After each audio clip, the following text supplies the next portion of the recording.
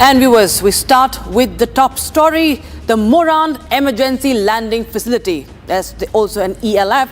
It represents the historic milestone that has been achieved this weekend. It's the first emergency landing facility in India's northeast region. It's located along a reinforced 4.2-kilometer stretch of national highway in Assam's Dibrugarh.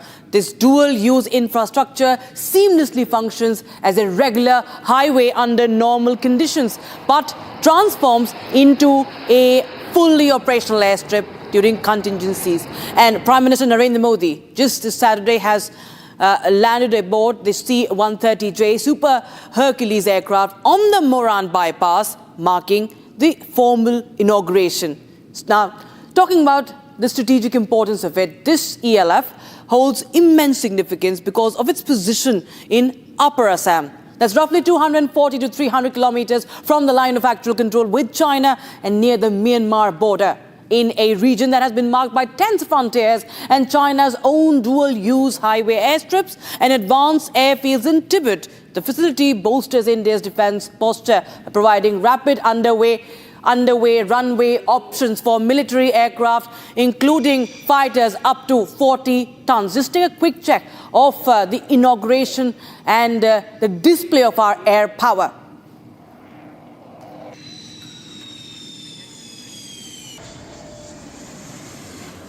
We'll just show you. So viewers, from Rafales to the Globe Masters, they were all on display.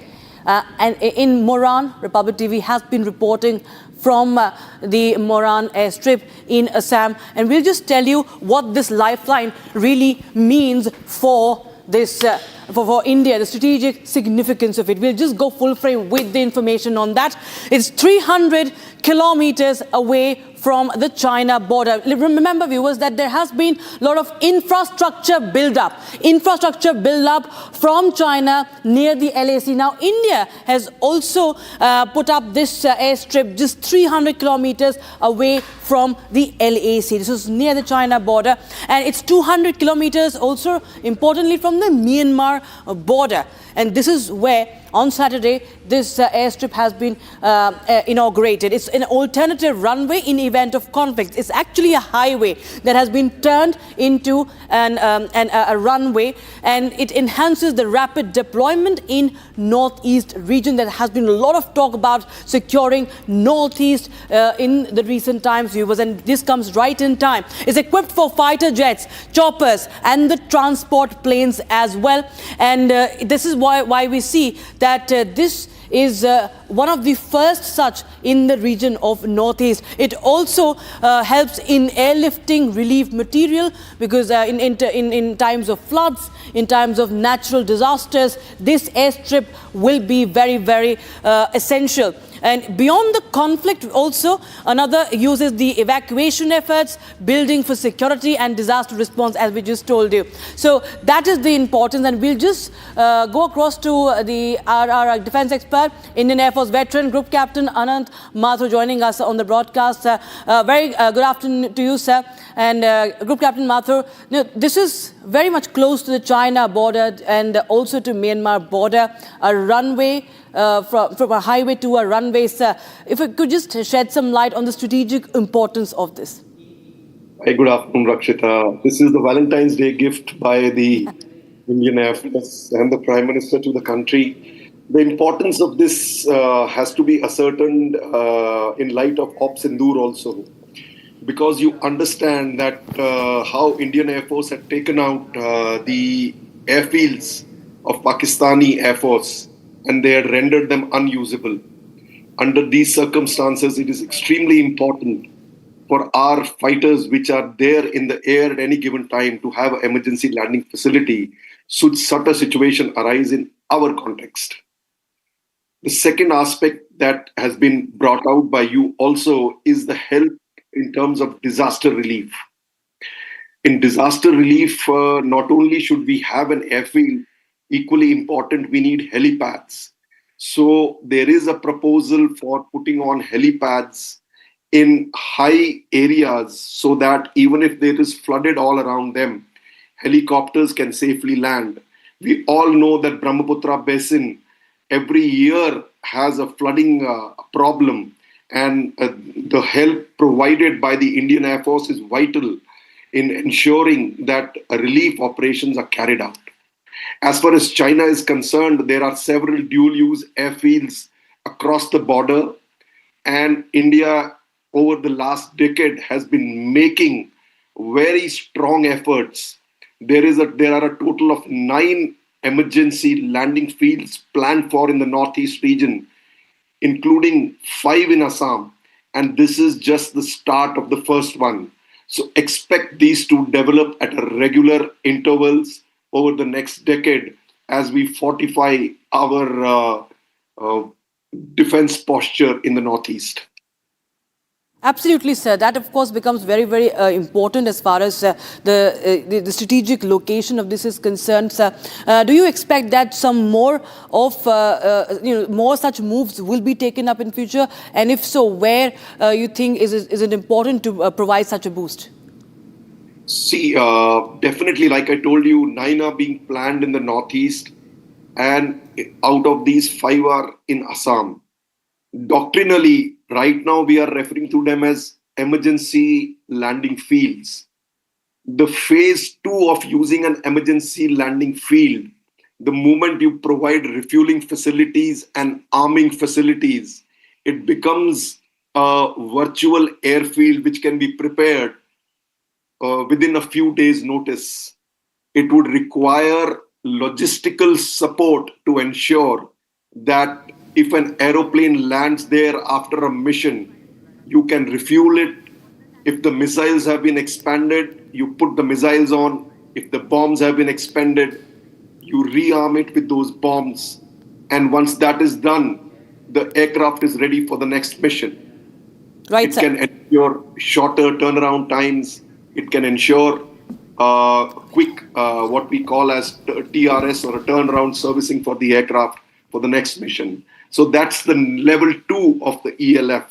It does not remain an emergency landing facility anymore. It becomes a virtual subsidiary airfield. Right, sir. Many thanks, Group Captain Mathur, for joining us on the Republic Defence this afternoon. Thank you, Ramesh. And viewers, now on to one of the big stories from defence viewers, the controversy surrounding the Army veterans, the Indian Defence Forces veterans. The tax exemption has made news following the Union Budget's finance bill. It revokes a century-old income tax exemption on disability pensions for the armed forces personnel who sustain disabilities but continue to be in service. First, we'll tell you what is this really about. Now, the disability pension for armed forces personnel has traditionally been fully exempt from income tax. This practice dates back to 1922 and continued under the Income Tax Act of 1961. Now, a disability pension is a financial benefit. In fact, it's actually a right. It's not even a benefit. It's their right, provided to the armed forces personnel who have suffered or aggravated disabilities in course of service, and despite that, some of them do continue with their term. So it typically comprises of 2 parts, a service element based on the length of service and a disability element that's based on the percentage of disability accessed by a medical board. Now, over the years, this tax exemption has generally applied not only to the personnel who were out of service due to serious disability, but also to many who continued serving despite their injuries and they later retired. They were superannuated. Now, in 2019, the Income Tax Department issued a circular attempting to restrict this exemption only to those who were medically invalidated out. However, now this move was challenged in the court and the Supreme Court, and Supreme Court stayed its implementation, allowing the broader practice to continue. Now, right now, if we talk about what's happening in the latest, is that the issue has resurfaced with the proposal once again seeking to limit the tax exemption only to those discharged on medical grounds. And in the budget, the government is looking to amend the Income Tax Act to restrict the full tax exemption on disability pensions only to personnel invalided out of service due to bodily disability attributable to or aggravated by military duty. So just in short, viewers, what I want to make you understand is that these are changes for those who have completed their term despite the disability. So they will be taxed.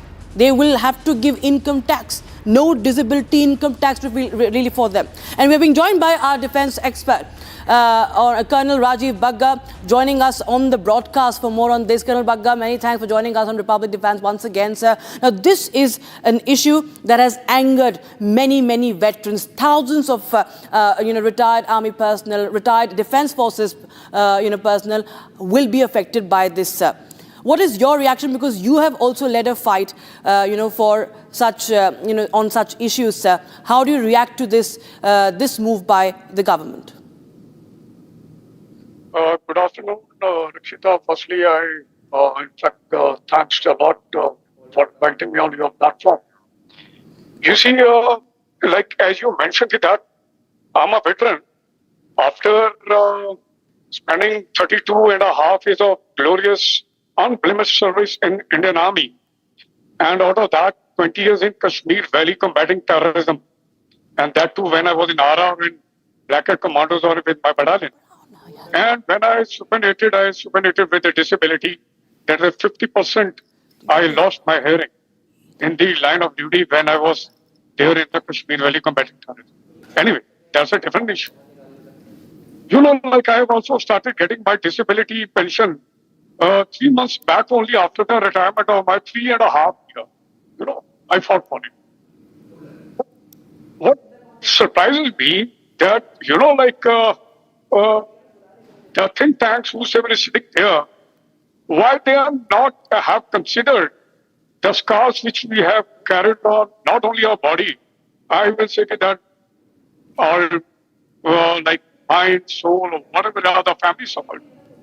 But at the same time, I am extremely grateful to Supreme Court, Honorable Court, that who has really safeguarded the right of our victims. Like what court has said, it is not lajis. It is not corrupt. It is, as you said it, that is certainly the compensation to given to the soldier who has lost his something or a disabled in the line of duty or during his service. Like a kind of a compensation to his sacrifices. Why the think tank is not able to, view it with their great vision before making a swift changes and suddenly. One side we say we are blooming, we are having a kind of a supremo economy, and one side we are trying to curtail certain things from that to the people who are safeguarding our country. Okay.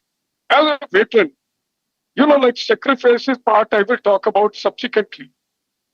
I like to highlight as a, veteran, the veteran lobby, it has been seen as a punishing as a all loyalty and dedication, Actually, we are very much hurt. Why it is like this? One day, we are today the 14th February, and we are remembering the Black Day, that Pulwama attack and all that. We also remember Kargil Day. And when it comes to payback, the things, we are start thinking in a different manner.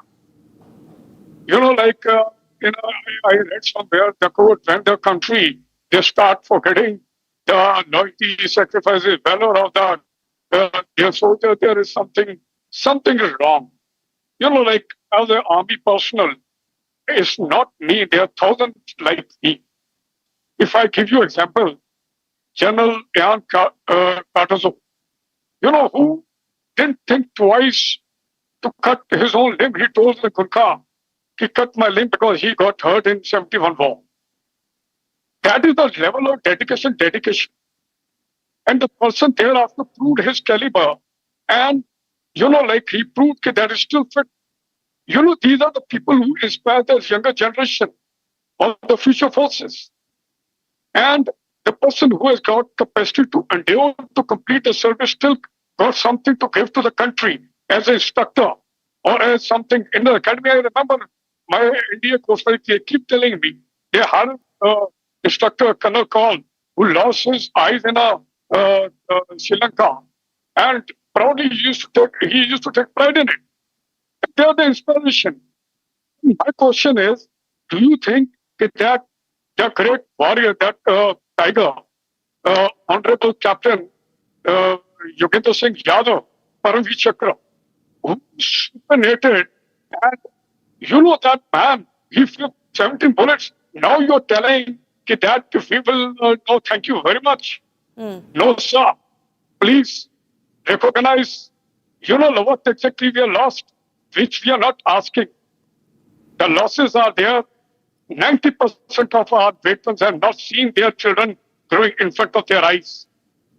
The agony, that stigma, that kind of a pain which they have faced, their sons, like somebody's brother, somebody's husband, like they are serving the combat zone. And whosoever is settling such type of formulating such policies, my sincere and that to how jod ke main bata raha hu, that they should also do a 3 years or kind of a service in the combat zone, and then only first they need to walk through their bridge before posing such type of things. Right, sir. As a veteran, extremely, I am not very happy. For one thing more, and it is when you talk about the disability pension, it is not a bounty. It is totally a vested property right as per Constitution 300 Alpha. The Constitution also. There is certain more things. When we talk about our regimental days and this day and this, that day, Kargil day and all that, please protect the pride of the soldier. They have come back with nothing. They lost a lot, but you are really trying to say, no, yes, your services are over here.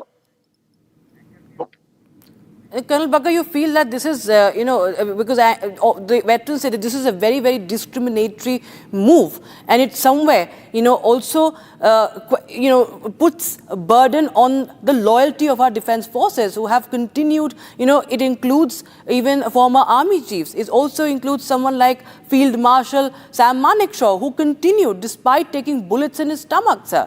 And it sets the wrong kind of example. And it is somewhere demoralizing for our forces, isn't it? You see, that our Indian armed forces, definitely, Rakshita, I am telling you, don't pay me also. I'm a veteran, still ready to fight. We are not the same. We are just asking whatever is written. And suddenly, after 100 years, you make a swift change. Like I tell you about. Another part is, when you said no discrimination, why are you dividing that disabled soldier in two categories? And you are again challenging the right of equality. That is again written in our Constitution, Para 30. I think there is something you need to really channelize. Right, please. Sir. That is what exactly my absolutely submission. That do not respect our soldiers, protect their pride. I think we are not asking for anything extra. We are just asking that whatever we are lost, it should be compensated. But if you are not in a position to compensate, kindly do not boast about our, economy or so. And we are soldiers. Yes. We will protect our country without pay or whatever happens. But when it comes to protect our right and pride, we will fight. Right, sir. Colonel Rajiv Bagga, always a pleasure having you. Thank you so much for raising your voice on this matter and also speaking to us in Republic Defense once again. Shifting focus now to the other stories, ladies and gentlemen. The Defense Acquisition Council, DSC, chaired by Rajnath Singh, the Defense Minister, has given a green signal for defense procurement proposals that's worth 3.60 lakh crore rupees to strengthen the capabilities of our armed forces. And at the heart of this deal is the acquisition of 114 Rafale aircraft for the Indian Air Force. The fleet composition includes 88 single-seat fighters, 26 twin-seater trainer variants, and have all been configured for land-based operations. And once the full order is delivered, the Indian Air Force's Rafale inventory is expected to rise to nearly 150 aircraft. Rafale definitely was a hero amongst other heroes during Op Sindoor. There were a lot of other heroes also. Yes, Rafale is the buzzword. आपने वो word use इस्तेमाल किया It is the buzzword. Indian Air Force is looking forward to inducting a lot more MRFA aircraft, whether that is going to be Rafale or any other, presently under deliberation, and a concrete decision on this has not yet been taken, and so therefore it will not be correct for me to comment at the moment. But yes, Indian Air Force is definitely looking forward to induct a lot more of these newer generation aircraft into our inventory, and the sooner the better. That is as far as your question is concerned. Viewers, why is it important is that India had previously inducted 36 Rafales under a 2016 agreement that marked the platform's first entry into Indian service. Now, under the current plan, the first 18 Rafale aircraft will be delivered in flyaway condition. That means they will be fully manufactured in France and handed over ready for operational deployment. Now, the remaining 96 aircraft will be made in India through licensed manufacturing. Now, the Rafale represents the most advanced combat aircraft in Indian Air Force service and is widely regarded as its primary force multiplier, played a key role in Operation Sindoor. And hence, now, this deal is very much important, not just in terms of imparting the firepower, but also enhancing made in India production. And as we understand, the DSC has cleared the deal for the procurement of these Rafales, with 80% of them to be manufactured in India. So there's going to be local production as well. And viewers, as we end with the visuals that have come in from Jammu Kashmir's Letpura, today is the 14th of February, viewers, and we remember our martyrs of Pulwama.